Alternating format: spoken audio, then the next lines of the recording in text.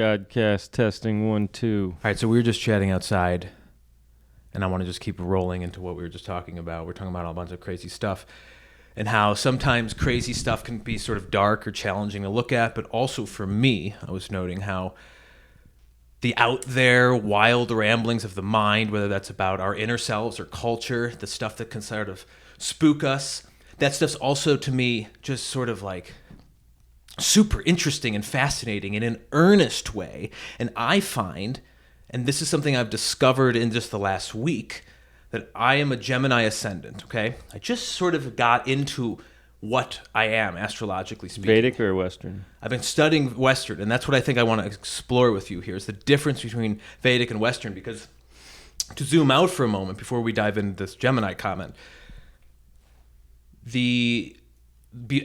around the last episode and afterwards, we were talking about astrology, obviously, and then my chart and so forth, and a bunch of stuff sort of like flicked through my mind that felt really important and relevant. One of them being, you were alluding to something about Gemini. And I had this pull where I was like, oh, I really want to like actually understand my chart now in a more real way. The first episode of this, I was engaged and curious, but I knew nothing about astrology, other than the finest vagaries. And even now I look back to like 10 days ago, I was like, man, I was like this preschool, the questions I was asking Nick, but because really I'm coming in blind to it. But our conversation actually sparked me into authentically starting just to slowly explore and try to understand it. Not just like look up what a label means and move on my day, but actually like what's going on here in the fullness of the system, of the characters of the planets and so forth. But first, starting at the basics and exploring like who I am, and just starting to learn the like really actually. And when you were noting about Gemini something last week, I got pulled into like, I've never really even explored what that means that I'm a Gemini. I've tried to make sense of it here and there, but there's been a lot of unlocks and breakthroughs since we last talked. But one of which, to relate to what we were talking earlier, was just the nature of my own curiosity. And the Gemini is sort of always engaging with different perspectives, shape-shifting through modes of thought. And I sort of, that's how my mind operates. And so it's always fascinating to see something from like a new dimension. It's almost recreational.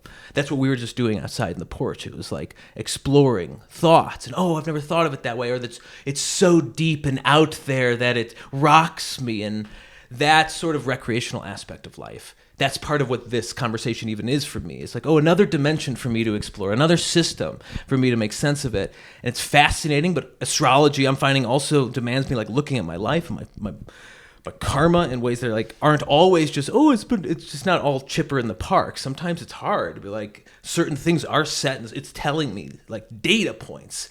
It's just deep. It's really deep.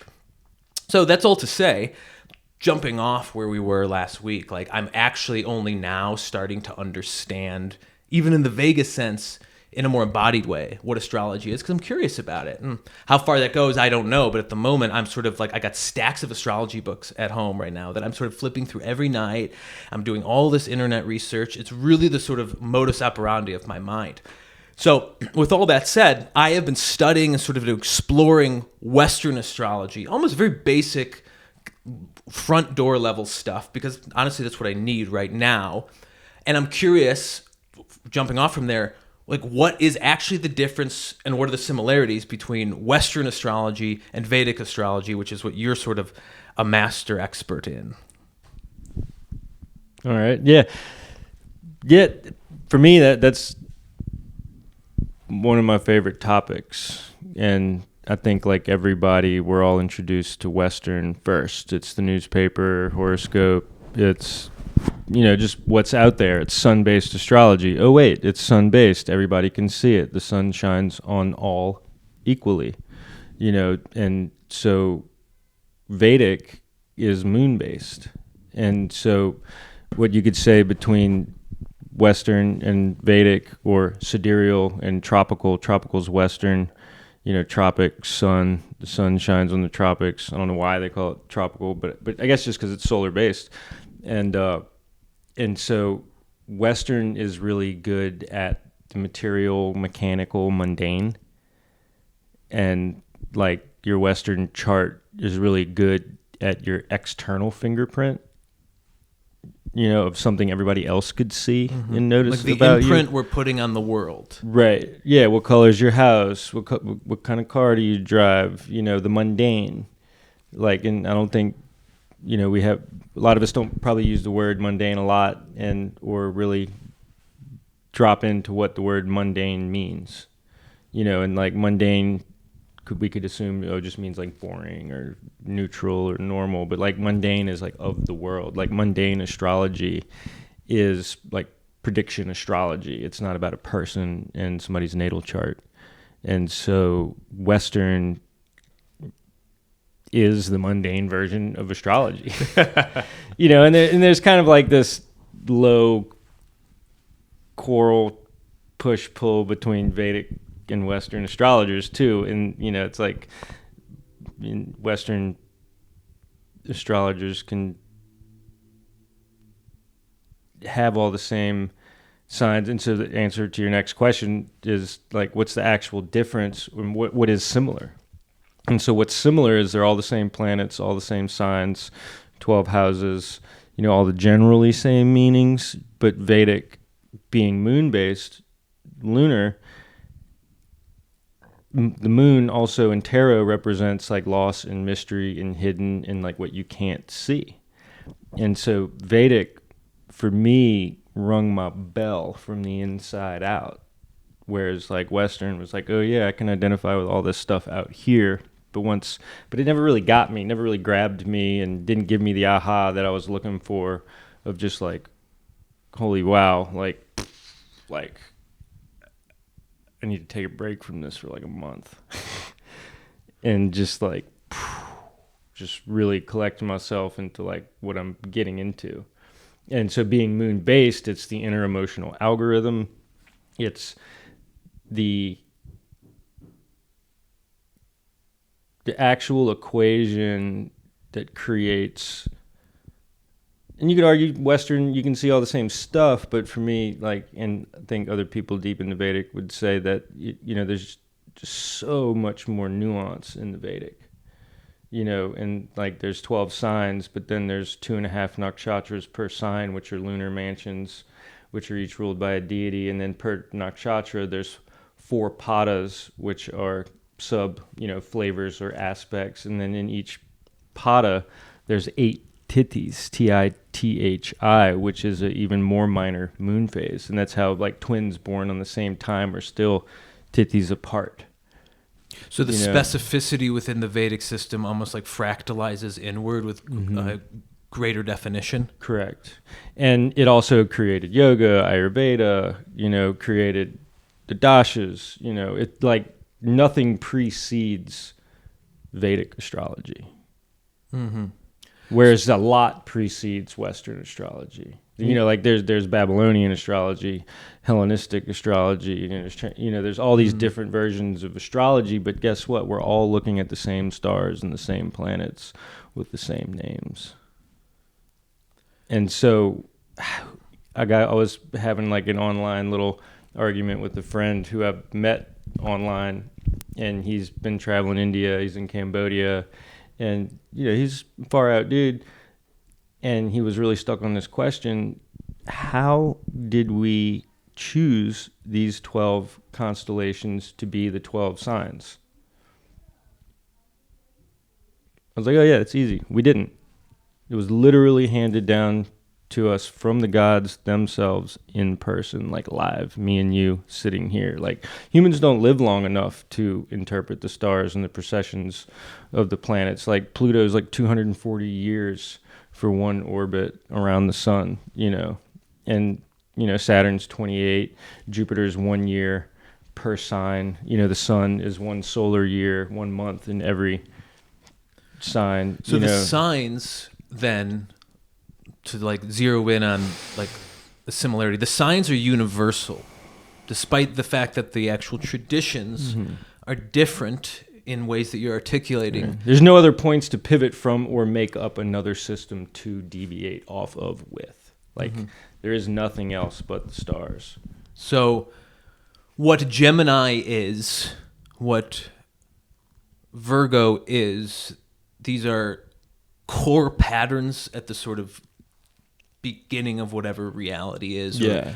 that infinite reflexive loop that's manifesting Right. all The of 12 this, right? disciples, the 12 signs, 12 like the archetypes, all the 12 parts, and then you can break that down into 3, and then you can and so all your math comes from astrology. Like there is no information in existence that wasn't precipitated from astrology's teachings that were given to us. Language, all sound, color, shape, language, information, psychology, astronomy, doesn't matter, you name it.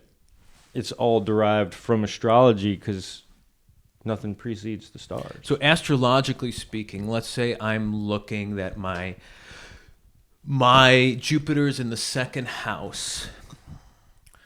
In the broadest sense, is the rendering of that meaning, the interpretation of that, the same in Western astrology and Vedic astrology? Despite I want to get into a lot of these differences, but is that sort of those core fulcrum relationships, are those the same across the traditions? Ish, because Jupiter is the guru, the blessing, the abundance. Jupiter gives the most points. And in Vedic, there's Ashtavarga, which is a point-based system for sign, planet, house relationship and aspects between other planets and other signs across the chart. And so Western doesn't have that. And so Vedic is an oral-based system that is told in a social, emotional way of does Jupiter get along with Venus, or does Saturn get along with Mars? And what happens when a planet is with the sun? It's called combust because no other planet can outshine the king. It's not just the sun, where Western can just leaves it at the sun, where there's just this very mechanical thing. It's just the sun and it means this. Mm-hmm. Well, in Vedic, no, there is no just limitation per se about the sun. Is not just a gaseous ball of flaming supernova that just keeps us warm, and because it has so much energy, it allows life to live. No. The sun doesn't burn, it's not hot, and it's not on fire. It's a radiant ball of consciousness that exists eternally as a higher dimensional being that gives, receives, and allows all life to live. And do all of the planets have that depth Correct. Within them? Correct. So on that note, then, why is Vedic considered a moon-based system if, as you're articulating here, the sun is sort of like is the sun the absolute, or is that not what you're saying about the... Well, so in Vedic, it's like, what's your sign? Oh, I'm a Gemini, I'm a Virgo. But the real question is, what's your moon sign? Where's your moon? But then again, it's like not even what's your sign, what house is your sign in, but what other planets are with. There's just like so much to consider. Even that basicness, though, how many variables there are, like just in the last week for me, that's been sort of the excitement, even in Western astrology. It's not just where my sun is, it is indeed what house it is in, and then what's aspecting it, and what's in opposition and conjunction. These are the basic outlines to astrology, but I'm just learning them now. It's like, it's interesting that my moon, personally, is in conjunction with Jupiter in the second house, and I, as Joe, am able to make all this meaning out of it, and whatever that meaning is, who knows? It's like the tarot. It's like it's a new tool, a new instrument for me to look myself in the mirror as I am in my life pursuing certain goals and desires and visions that are all sort of intermingling, trying to make sense of myself living life through the meaning making that's happening through my chart. It's super fascinating, and it's how I felt when I was getting into the Enneagram, and it's how I feel whenever I'm getting into a new system, sort of, again, like a Gemini dabbler, perhaps. And that's the epitome of Gemini. Yeah. Yeah. Oh, wait, Gem in eye. Your eyes are sparkling at everything. Wow. Oh, wait, the twins, the pair. Mm-hmm. The Gemini eyes. There's two eyes. Oh, wait, there's two me's. There's two eyes. Like I and I, and so Gemini is the twins of the dual mind. And so like, this is my own interpretation, but I like to say Virgo and Gemini are both ruled by Mercury. They're both the intellectual capacity in the chart, whereas Gemini is like the research, the laboratory, and the question. Virgo is the hand, the mechanic, and the answer. You know, where it's like Virgos don't have questions, they have solutions. Like, and so Virgos don't operate archetypally, you know, depending on where your Virgo is and what planets and all that and what house your Virgo's in. But as a Virgo by itself, usually an archetypal Virgo is always helping, bringing solutions. Oh, you need something? Oh, here, I got to, let me help you change your tire. Let me fix your sink. And you're saying that's counter to Gemini, but they're both ruled by Mercury. Correct, because it's both faculties of the mind. Like, you have to have the ability to have to ask, to generate the question is a mind thing. So my sun is in Virgo. Right. And then I'm a Gemini ascendant. So both of those, given my like kindergarten level interpretation of my chart, that my sun is in Virgo. So if your sun's in Virgo, you're going to be a Pisces ascendant, and you're Gemini. All right, then I'm mistaking some part of my chart. You are Jupiter Moon Gemini. Do you remember that? Yeah. Yeah, we could. I'm a Gemini. Anyway. Yeah. That's all to say. Yeah. The very nature that the Jupiter and the Moon are in conjunction, and that's actually reinforming the relationship. Right. Even that simple thing is sort of opening up what feel like infinite doors into these sort of introspective. And so Jupiter Moon, like, so what is Jupiter Moon? Jupiter by itself, if we're speaking in Vedic terminology, so wherever Jupiter is gives blessing, but whatever Jupiter's with, he expands. Mm-hmm. And so Jupiter Moon expands the moon. What is moon? It's that large emotional. But wait, what's Gemini? It's mental. And so it's like Gemini can experience the mind as the emotion and the emotion of the mind, and there's a thin layer that separates the mind of logic and intellect from like the feeling heart-based emotion. And then so if we're emoting logic or logicking emotions, that gets muddy and sticky. Mm-hmm. And we need both, but they're tools, and they're not totally self-balancing. That's what we have to learn. And so like astrology helps us unpack to see our fingerprint of our mind, and how we are predispositioned in our karmas and our fates, and how, like, even our job and occupation and what we just like, and just all the simple things. And so Jupiter Moon Gemini is that huge question, of like, wow, like, I'm feeling the information, like it's visceral. Yeah. You know what I mean? And whereas, like Virgo could be a little more mechanical in the understanding of the information, whereas Gemini is more theoretical with like even more questions and what ifs and what ifs and what ifs, where Virgo is just like, no, 2 + 2 is 4.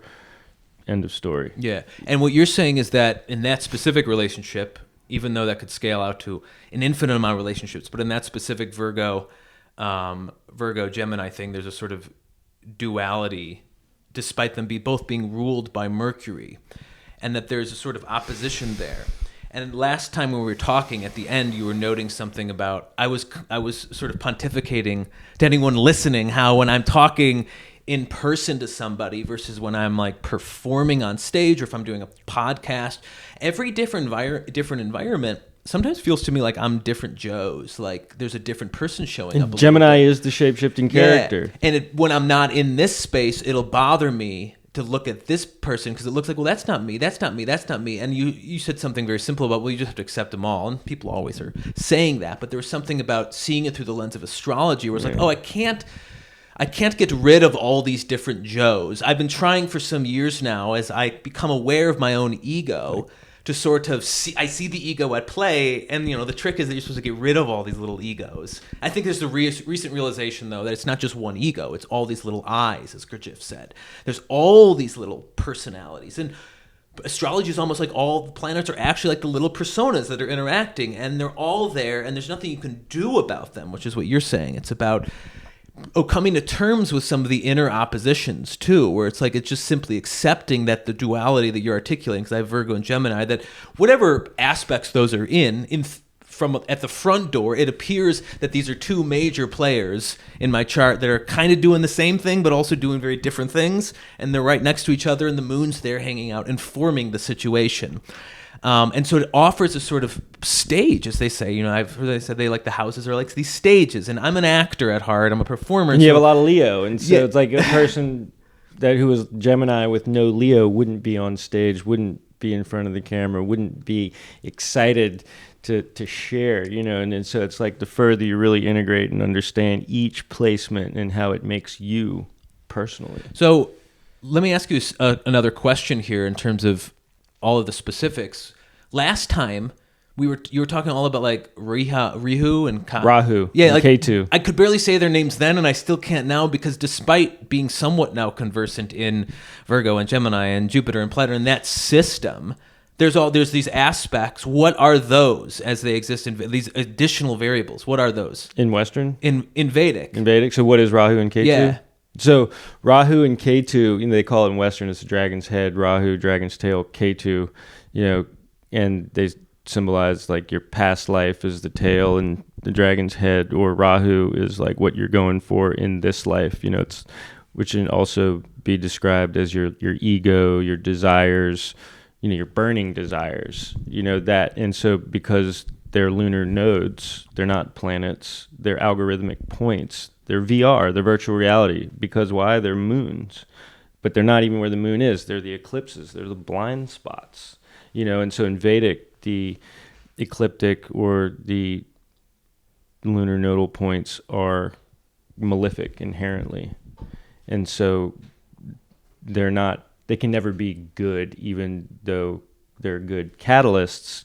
All of our catalysts usually aren't soft and sweet and easy and good. You know, and so Rahu, like wherever your Pluto is like your soul's destiny. You know, wherever your sun is, they call it your Atmakaraka, and that's like your soul, actually soul sun. You know, del sol, like of the sun, and that's how you're shining and acting and being. But all these other placements are like the star map calibration of like where you're going. You know, whether you like it or not. You know, and so Pluto's where we're going, but Rahu is how we're getting there. And so Rahu will give us the confidence to do something we've never done before when we're not really ready, or we're half ready, but we have all the things. We got all the material to think we're ready, but we haven't had the actual experience. Like my big metaphor is like sailing across the ocean. You know, it's like you can sail your whole life around small lakes and ponds and staying on the shore. You can read about it. You can be totally prepared. You can have the best boat, and you can understand all the theory. But until you get out in the ocean, you know, you're like rolling the dice with God and the weather. It doesn't matter what you know, because now you're facing the unknown of the weather, of nature, of God, of the stars, you know. And so that's Rahu. And so Rahu could let you pass through unscathed, or you could get caught in some super crazy shit, you know. But all that experience, whatever happens, is what's building you, and it's the crucible of like not getting the thing you want actually lands you in a better place of the thing you needed. And what are those? You said the dragon's tail, they're called in Western. And I feel like I head. haven't run into this yet. Is it called something else sometimes, or no? I don't really. I don't study Western. It's not midheaven or true north or those ideas. Yeah, because it's the ecliptics. Okay. And I think the midheaven is your descendant, or maybe not. Yeah, I don't actually study Western at all. Yeah, well, that's why I asked about those aspects, because those are the not aspects in an astrological sense, but those from our earlier conversation were the moving parts that I haven't been running to in the Western system, which I know is different in a number of ways, but also, like, I think from the broadest, most pattern sense, there's the same planets and characters moving about the stage, just with greater granularity. And by moon-based system, the Vedic astrology system, do you then mean, I want to get into that, like it's not centered around the moon in any geometric sense. It's centered around the moon in the fact that like the entire ethos of Vedic astrology is of the sort of subconscious, ineffable movements of the mind versus the Western way of sort of mechanical, material, stuff management. Mm-hmm. It's like if it was just stuff management, meditation wouldn't matter. Mm-hmm. You know. There's a subtlety, as you said earlier, in the right. And I remember you made an Instagram post a few months back or something, a screenshot of an app you had that was like noting which mantra was appropriate to this very specific moment. And just from that post, something called it bija. Is that what the mantra of the moment is called the bija? Mantra of the moment. And something clicked in just from seeing that screenshot that, all the planets are moving, everything's always in motion, and there's almost these settings like next to each planet and each relationship. And in Vedic, from what I'm gathering, there's actually mantra that can be associated with all of these moments. And there's that infinite granularity down to the mantra of the moment. There's a mantra of this very moment that's unique to it. Yeah, every hour is a planetary ruler. Every minute something's changing. You're in a moon phase, a Titiya nakshatra. You're, who's the Lord ruler? Ganesh, Shiva, Brahma, Krishna. And so it's like there are no gaps. You see what I'm saying? Like there's no empty space. And so the further you just keep going, like there's still more there. And for me, that's what's literally infinitely fascinating is that it's the only thing I haven't been able to exhaust quickly. Because I'm Mercury, Virgo, first house. Mercury, Saturn, Virgo, first house. What's Saturn's that like authority? Mercury's the mind. Virgo is like the mechanics, but I'm also 8th house Aries moon, and so it's like having a strong moon, a warrior moon, 8th house and the esoteric mystic, but like Mercury and Saturn is that rigid mind to like really hold on to the one thing to get to the end of the specific question of the specific answer and not get distracted, and so for me it's like really easy to parse down large groups of data really quickly. And so I can get bored really quickly because I have the highest placement of Mercury in my first house with Saturn, and so it's like...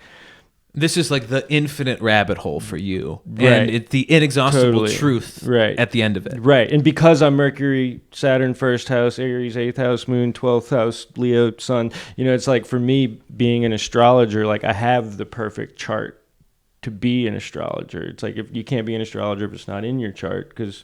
You may be a preacher or a doctor or a lawyer, and that's in your chart, And so for me, it's like the more and more I just let go and grab on at the same time to astrology and like what really juices me and drives me. And, it's like, what could I do forever that's just like infinitely exhilarating and charging? It's like astrology has no end to astrology because it's literally the beginning of time. Like astrology existed before. Time couldn't even exist before astrology because without planets, there's no measure of the wave or the vibration of the metronome of the cosmic clock that creates the ripple of the kaleidoscope that precipitates the shape, octave, fractal particle into the bioelectric, organic, cellular system that we're all the inverse fractal iteration of the stars down to the carrot, the kiwi, the singular celled organism, the computer chip, the cell phone, or cells in our body.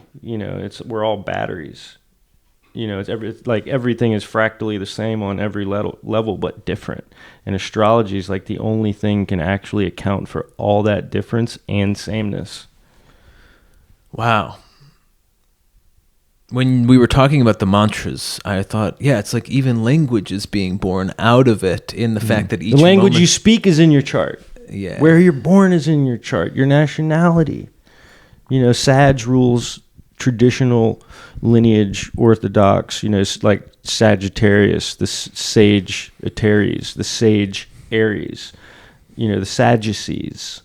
The Sadhu. The orthodox. The Hasidic, the deep devout Muslim, it's like, or whether you have dreadlocks and full of tattoos and you're just a real crunchy hippie, that's more of like the top layer Sag, and like a deep layer Sag is Yeah, it's like the information and the root of your lineage and the origin of the practice of the wisdom, you know. Mm-hmm. And so like I've kind of deviated from that a little bit, but yeah, it's all there, you know. It's just wild. Yeah, it is all there. It's funny as we talk, I'm going to reiterate what I said earlier, because it feels like I only opened the door to astrology, I think like 7 days ago. It's how I was with the Enneagram too for years. Like it would pass by me. I would find it interesting to talk about, clearly worthwhile, but like it didn't capture me. And then like astrology just like captured me. And I'm always captured by something. Again, it's the gem in eye, and the way that like gem in eye, as you said earlier, and the way you just like spun up all the sage Aries, the way that language and wordsmithing plays into it all too. This sort of coherence across from idea all the way down into the mouth until it's the moment it's vibration through the air. It's coherent through and through. Cohering. Or collectively hearing. It's coherent. You know, we is me. Just flip it over. Yeah. But guess what? No matter how many times you flip I, it's all I. You know, and that's why the Rastafarians say I and I. I and I. You know, like me and we and you is all separatist. But if I treat I like I, because everything is I and I, everything's me, and there's respect and glory to all, you know. And so it's that divine equality of noticing God in all things, you know. And the acronym for God is generator of dimensions, you know. And there's other acronyms out there too, but yeah. And it's not like a big hairy bearded patriarchal father in the sky. It's like this infinitely knowable yet ultimately unknowable force of creation, you know. Is that unknowable force, that which cannot be named, whatever is there at the center, does that predate astrology? Is astrology bursting out of, it must be, out of that absolute, or is the absolute the absolute astrological would be the system? only thing that you could arguably say precedes astrology, because the absolute, it seeded astrology. You know, the astrology is the re-seat of the absolute. And you said earlier, sorry to interrupt, but you said earlier that I wanted to follow up on this, is that somebody was given almost in the flesh the humans meanings. couldn't figure out astrology. You know, it's like, oh, you know, like a lot of people right now, like, oh, faith is a mental illness. Oh, you know what I mean? But like history, there is no non-religious, non-spiritual history. It doesn't exist. Only in modern secular communist times. All right, so in your rendering like, then, in your,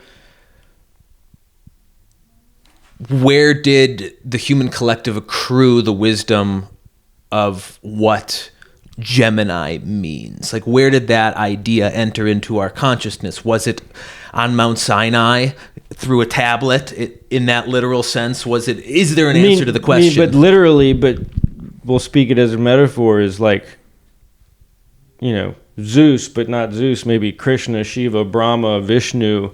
They were all here in living form, 60 feet tall.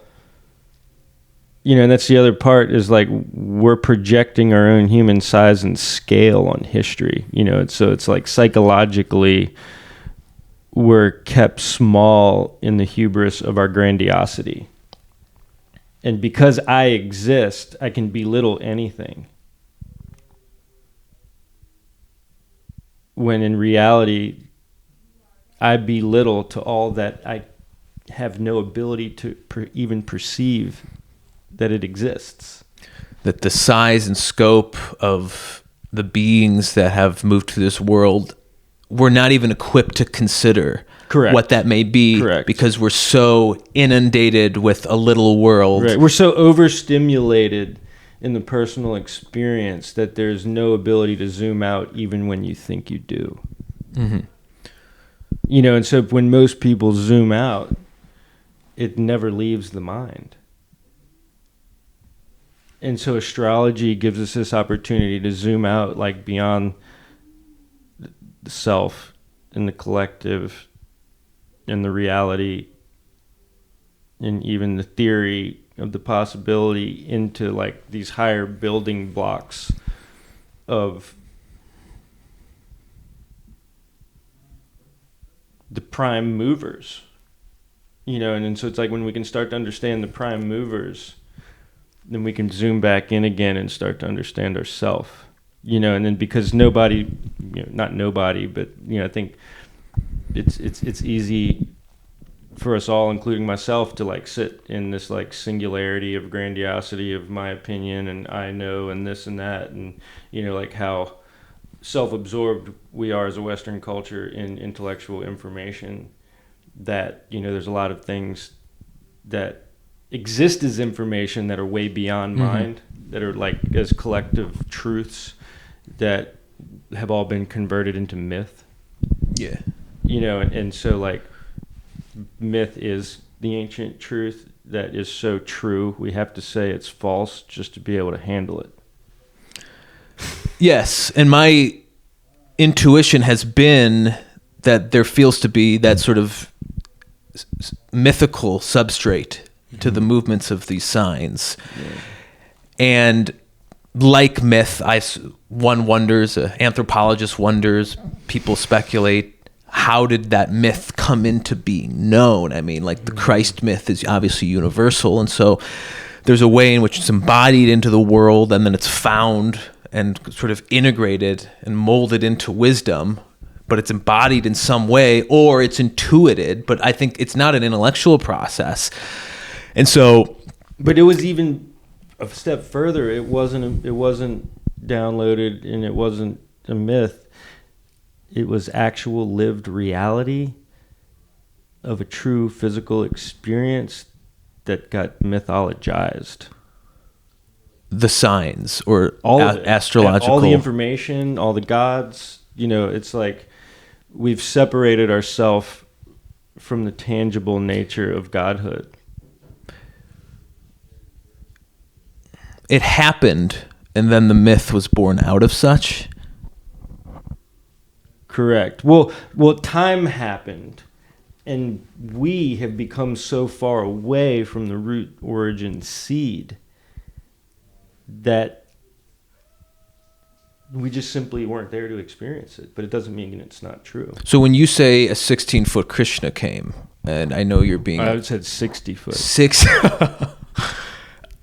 Like, what do you mean by that? Obviously, Take that literally. Yeah, exactly. There's both a trickster element to Nick Haslock, and then there's also a literal element to Haslock. I'm Gemini. Okay. So you're Gemini, and I'm Gemini. Yeah. So but I'm not. But I'm tricking you with the truth, because we've been tricked to be aloof and deny the truth, and all the truth has been turned into trick, and we've been consuming the treats, getting drunk, and it's just... So let me unpack then what you mean when you say like a 60-foot Krishna came. He didn't came, he was here. He was here before us. We came. Krishna was here. Okay. I think I hear. We're the iteration of gods. Gods aren't the iteration of us. Everything is posterior to Krishna's presence of actually being here. Now, is this occurring in the same dimension as our corporeal world, which is to say yes. the was in the past. So then when was this 60-foot Krishna here? It can be time-stamped. Not like, now I'm not saying... like 200,000 years ago. They were flying around with cell phones and rockets and laser beams and computers and... Seriously. No, and I don't laugh because I don't believe you. I laugh because the Gemini in me is, and I'm just saying this all the time, it's just taking in every perspective, and I don't know what's true, what's liberating. The Vimana. UFO theory, design came from the Mahabharata in the Vimana. Like, the Vimana is the flying saucer craft. Like, there's ancient depictions of Vimana as whole buildings taking off. Like in the Mahabharata is like the first ever epic, arguably also the Epic of Gilgamesh, but India never gets credit in modern historical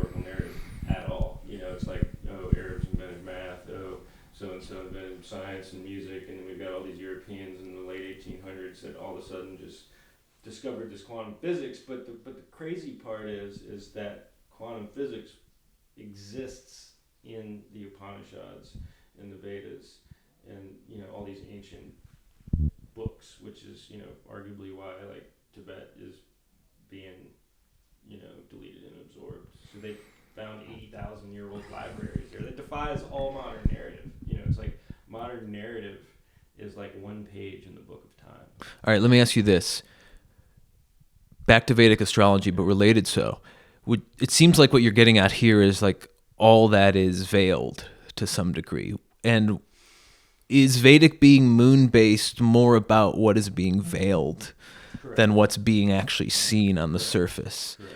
And so you're getting at all these like wildly provocative yet profound and thought-provoking ideas about, in the most mainstream sense, like hidden history, but also just like what has been veiled, what we take everything, like as if our intellectual selves we take for granted, as if we know what happened in the past, in the deepest sense. The past was so simple that nothing happened, but some mud decided to start squirming and like popped out fish, and it wasn't gods flying around and flying saucers, shooting laser beams, making all these centaurs and weird creatures and beasts of all the myths we know. You know what I mean? Because that's way too advanced. Like the further you go back, like the more simple it's supposed to be, but in reality, the further you go back, the more megalithic everything is. The larger the stones get, the more unexplainable. And that makes more sense in a certain intuitive way that was being born out of this thing. So that's a total flipperoo of one's like literal, the entire pervasive worldview of every intellectual being alive, other than those who have spent their lives studying the esoteric. And so, on that same note, I want to touch on this because it kind of covers the first things we were talking about of like, the deep, dark stories that we almost don't even want to know, but like we're still drawn in to understand somehow. Because, the big stories that we almost don't want to know, we still need to learn some aspect to even have a sense of peace with the unknown, or even the dark side of life and the light side of life. And so for me, like as I go down the rabbit hole, as you discover the unknown, like you can't get mad at what you find. Mm-hmm. And I think the problem is we have a lot of judgment and attachment on what equality means, what peace means, what's fair, what's right, what's moral, what's just, and like how the world should be, because we were academically trained and modernly programmed to believe X, Y, Z, where as the more and more I evolve in astrology, it's like, if God allowed all this stuff, who am I to say anything? Yeah. And so it's like I honor the light, honor the dark. I choose myself, and it's between me and God. But the whole spectrum has to exist in order for I to exist. And the highest way to transmute, the darkness is to actually honor it, because, there's the victim, the villain, and the victor, and the villain, the demon, the criminal, whoever, is really just responding out of pain, and ultimately they want love. They want to be noticed, like whether they're blowing up something or taking something, define whatever the action is. They're feeling a sense of internal rage, that of feeling unseen and unmet, on any level. It doesn't matter if you're, elitist, global, biggest, baddest, evil person in the world that doesn't even believe in God, and you think you're God. You're still functioning and operating out of some sense of pain and judgment and disapproval. And maybe you don't even believe in love because you've been hurt so bad. Yeah. But love loves you because you exist. And everything is a function of love because all exists. And the more we tap into the true meaning of love, it isn't like a desired outcome. It's just giving love. It's not a label, a flavor, or a judgment. Like love self-exists as its own product. It strikes me to loop it back into the provocative idea of a 60-foot Krishna coming, or that there are UFOs flying around in the past, it's like almost folks are triggered or blind or unable to at least humor that as possible. Like I think, it's hold strong beliefs loosely to some degree. I'm sure you would agree that. Oh wait, I can talk on this piece of plastic with some liquid electrical crystal around the world today, but I don't believe in a UFO blah blah blah far out thing then. Absolutely. And it's almost like, again, my wiring seems as such that like all things being possible opens up a far brighter, grander world. And though, man, fucking dope if a 60-foot Christian was here and there are UFOs flying around and we're all born out of gods, as opposed to receiving that as a threat to my entire worldview. And it's almost like needing to greet heterodox ideas with love. I mean, love's a sort of total... Like there's no worldview without their story that precedes us. Mm-hmm. There's no world to view. Mm-hmm. Yeah. And so we have a world and a freedom of mind and a fate of karmas through the systems that even arguably created them. Mm-hmm. Because there's big G's and little G's. All these little G's that we can name aren't the unknowable, ineffable big G. Mm-hmm. And so if you go look at mosques in the Middle East, they do have 50, 60-foot doors. The handle is 20 feet in the air. If you go to Mexico, the chair rails are at 5 feet, windowsills are at 6 feet, doorways are at 10 feet, ceilings are at 12 feet. The whole scale is different. Like little people don't build megalithic things. Mm-hmm. But we'll prescribe stories to make sense of things we can't understand. But to segue back into the unknowable part of reality of like, as we're learning more, it's like we're not supposed to know it all. Thank God we can't know it all. And astrology is that dispensation of who knows what, when, and how. So there's an acknowledgement that not everybody can know everything. So everybody's here to know a little bit of thing. Right. And it's still like sort of in the most simplest sense, just sort of like one's purpose is you to... You can't study everything even though you're a Gemini and you think you should. Yeah, but yeah. Like your life's karma and pain could be to learn that you can't. Yeah. And that's been a learning even a little bit prior to astrology, but continuing so that like, what's curious to me and what's fun to me is like, it's never ending. It's just an infinite. In fact, it just is often detrimental to the rest of part of life. I'm just so curious. It's like and just trying to drink from the fire hose. Yeah, and we got the internet now. You just order anything off Amazon. I'm YouTube videos. Like every 3 days, I'm into something new. It's like this is not actually sustainable, and it's ultimately not serving me if I'm not paying attention to what is really pulling me to be investing my intellectual horsepower into at this moment. Totally. But if I start understanding astrology and watching the momentary weather of the planets from the minute, the hour, the day, the week, the month, the quarter, the season, the cycle, I can know what's coming down the pipe before it happens vibrationally of how my mind will be swayed then. Mm-hmm. What planets are precipitating these vibrations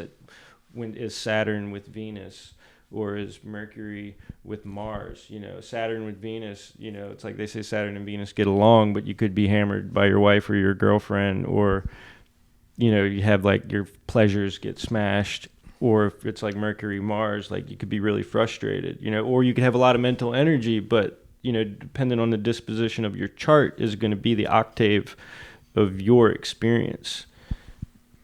And so when we can, and so it was even a line in the Vedas that said, I'm going to misquote it, but it says, those that deny, the wisdom of the stars, may they be eaten by swine for not wanting to know.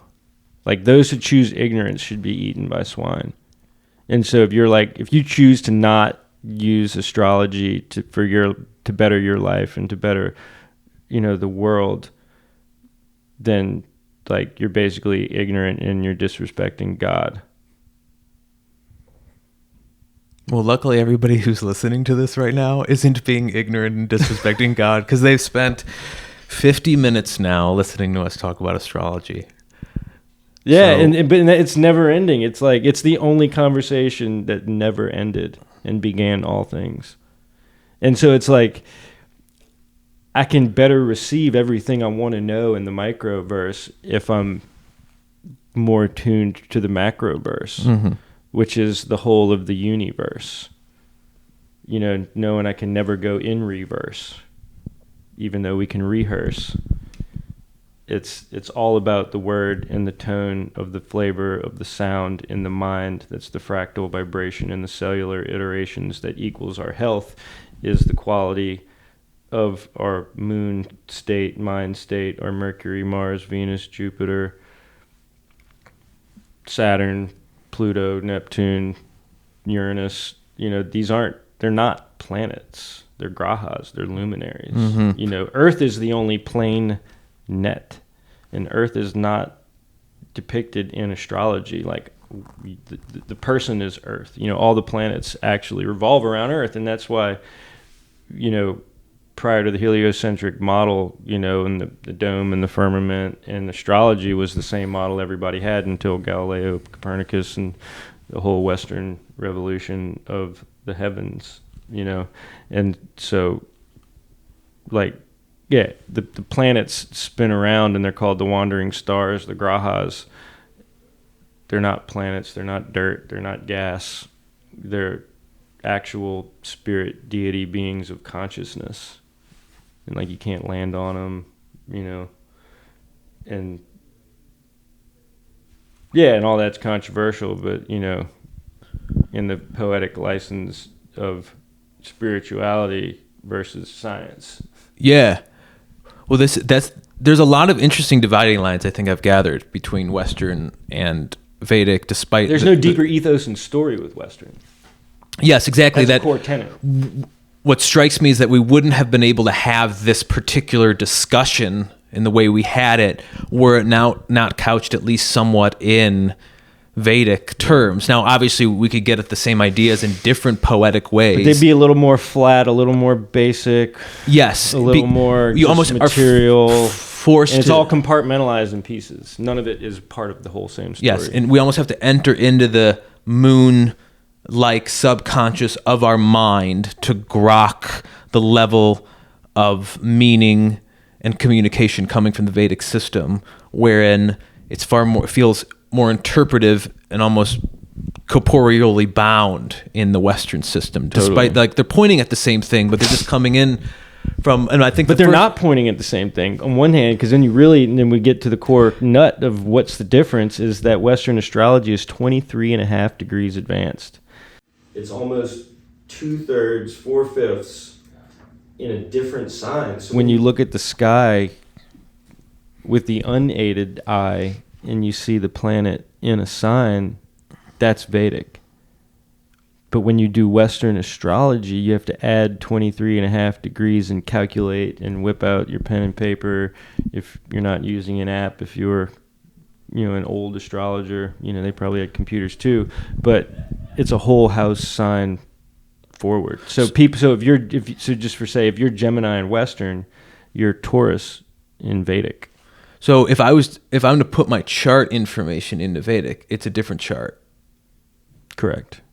All your signs move back one, or not one. So if you have a late degree Western sign, you could fall back in the same house.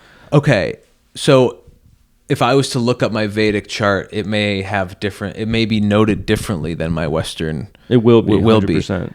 And that was one question I wanted to ask you that came up just earlier. I'm literally messaging people on Instagram that post astrology things. He's like, tell me your sun and ascendant, because with the Enneagram, it's been always challenging because you can't know definitively. There are definitive types, but it's not based off birth date. It's just sort of needs to be intuited by somebody who truly knows. And it's sort of challenging, but with astrology, it's been really refreshing that, like, you can actually put the birth time in. I can get the information. So as I'm learning, I can see, Molly's a Sagittarius or Abby's a Leo. And just to have some sort of model in the vaguest sense, like in the just broadest, I'm trying to paint a portrait of what this looks like. But people are posting stuff on Instagram, and I'm like messaging them like, hey, what's your ascendant and sun? Just so like, okay, Tori's a Taurus ascendant. That makes sense because I'm learning Taurus is earthy and grounded, and that's like whatever. I forgot where I was going with that. Other than, the question was specifically if one is right on the cusp between two houses. That means, as you were just saying, that if the time's slightly different or the axis is slightly different, they may be in the other house. But even, let's say, regardless of the system, if one's kind of near the cusp, does that mean they're expressing that sign less so than somebody that would have, let's say, their sun in the dead center of Virgo? That's a really versus good like question. right between Virgo and Cancer, I think, or And Capricorn, so or whatever's in right there? Vedic, and also in like Babylon, in Vedic and in Babylonian and Hellenistic astrology, I'm not sure about Western, but every degree has a meaning. Like if you're Mercury in the 22nd degree in this sign means a very specific thing, and so it's like, also like there's a term like if you're in between Pisces and Aries, like if Mars is on 0 degrees, that's called the Gandanta. It's where water meets fire, and so that's steam, and so when there's conjunctions like on the 0 degree mark or in the last degree mark of a sign, or every single thing is just wow, just so much meaning, and it's all been calibrated. And so Vedic astrology is actually called Jyotish, which is the science of light. Science of light. It's not the maybe belief, sometimes metaphorical, spiritual, religious, pagan system that projects what it thinks, it hopes it means about a thing it's never seen. It means science of light. And so for the past 10,000 years, since the stars have been spinning and man's been here, birth charts have been done to an actual tangible person and to an observed placement with prescribed meanings in triangulating actual verification and validation of every millionth little rule to all the placements and possibilities of astrology. And those placements in Western astrology are not as accurate. Like the science of light, then that's at the core of the Western natal chart. Western astrology is 23.5 degrees off the original 0 point of Aries, so it's all wrong. 1 degree in the course of 1,000 miles will put you in a different continent. So is it like I'm going to keep studying Western because I almost can't control always, or I'll probably be studying Vedic, and I don't know. I've just studied whatever's I'm interested in. But like, are you Nick Haslock saying that Western astrology is just wrong? No, you can use it and you can figure it out. And, it's like you can create a sigil system out of anything. Like you can throw tea leaves, you can throw gemstones. But you sort of throw seashells. It's like whatever you can make meaning for whatever you want. I mean, the mind is an infinite meaning generator. Got it. And so like whatever you say is true, and you will find somebody to agree with you. Well, here's a question for you. This is from, again, my own sort of selfish researchian interests. One could look up, I'm listening to like YouTube videos on Jupiter and like this book chapter on your Uranus and stuff. One could, did I say it wrong? Uranus. I don't even know, so I'm muttering it because I'm not totally sure. Is it Uranus or Uranus? I don't even know. But still, the engagement with the signs and the planets and the houses, these are all universal in terms of like... Well, they're so fixed, it's like trying to come up with a different numerical system. You can't. Yeah. You can't. Like, it doesn't matter. You can, like, the mind can think and say whatever it wants, but in reality, you can't. Interesting. So I'm excited and curious now to go home and look at my Vedic chart and see how it compares, because in theory it should be close, but it'll be off kilter. 23.5 degrees. Everything's just gonna go. That's the perfect sort of I think capstone of this, is that Vedic is just a little click, a 23 degree click off. Although it's much bigger than that. 23.5 degrees click on. Yeah, it's clicked onto the right science of light. Well, I hope everybody's... Living information generator of harmonic truth. Yeah. Light. Yeah. That's what this God Kast has been. God Kast. Thanks everybody who's still listening. Over and out. Bing! you.